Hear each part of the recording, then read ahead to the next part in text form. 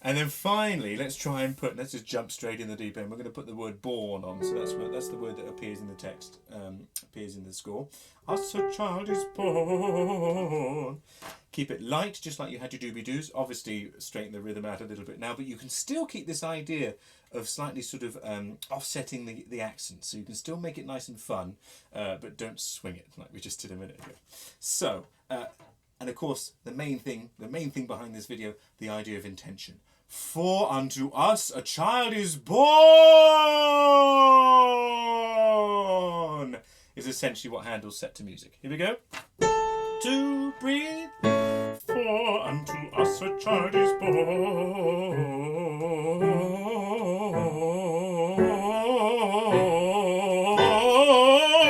Unto us a son is given. Takes a lot of energy to keep that intention moving throughout that phrase. And don't forget. Okay, finally what we're going to do is skip right to the end of the Messiah, to the Amen. And we're going to use this again as a little exercise to see if we can explore this idea of maintaining an intention. And of course the difficult thing about the Amen section in Messiah, and there are many other Amens which go on just as long, is that you've got one word, but the idea is that you have multiple intentions, multiple reasons to sing. It's never just Amen, Amen, Amen. It's always something that's growing and lifting up. So, again, let's just take the bass entry. You'll notice I'm using lots of the bass entries today. Amen.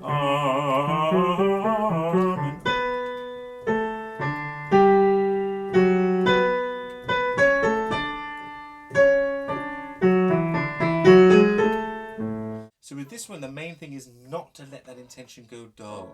Because the vowel will go dull, everything will drop, and the singing will go dull.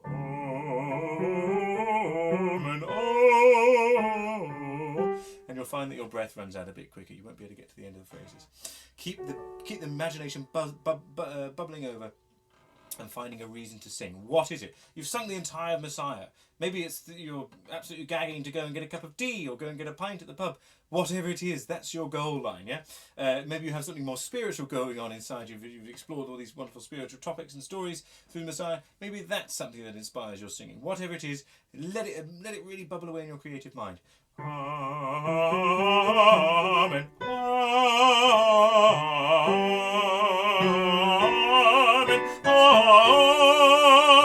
Amen. Amen. Now, obviously, I, over camera particularly, and to emphasise the point, make lots of funny gestures and faces just to see if you can keep your imagination running. You don't need to do that when you're doing this. It's purely imaginative. Obviously, it does show in the face. It usually shows with sort of wider eyes, a bit more of an inquisitive lift and look in the face, lift and feel in the face. But it doesn't. You don't have to do lots of big gestures like I'm doing. I'm just doing that to show you. Let's just try that together. So that phrase. Amen. Amen.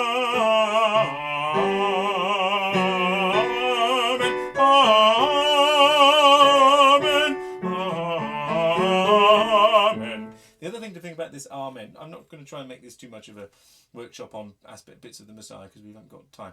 But with something like this, when you've got these long melismas on one vowel sound, the vowel sound is unlikely to stay the same. So imagine that you're reiterating that throughout the phrase, and as it gets higher, it's more likely to be going towards, in this case, the R vowel is more likely to be going towards an O vowel, rather than Y to A. So rather than Amen, ah, which almost hurts me to do, and certainly hurts you to hear, round it off a little bit towards O. Amen, amen. I'm just thinking amen rather than amen. Okay. Back to this idea of intention. Maybe that's your intention when you're singing, to make sure that the vowel doesn't go wide. Then we get these short, just carrying on with the bass line, for example. Amen,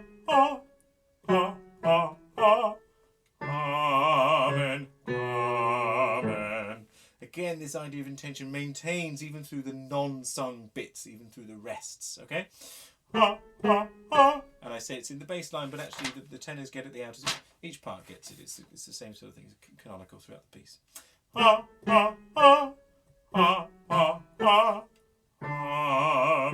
amen. So let's just get to there. For the bass line, that first utterance of the amen. Amen. Keep the idea, we've got 2 or 3 different And you've got 2 or 3 utterances of amen repeated after the one after the other.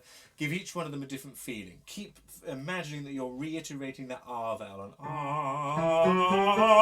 amen, ah, and just check the vowel on the top. Make sure that it doesn't go wide. Let's try it together. 2, breathe. Amen. Amen.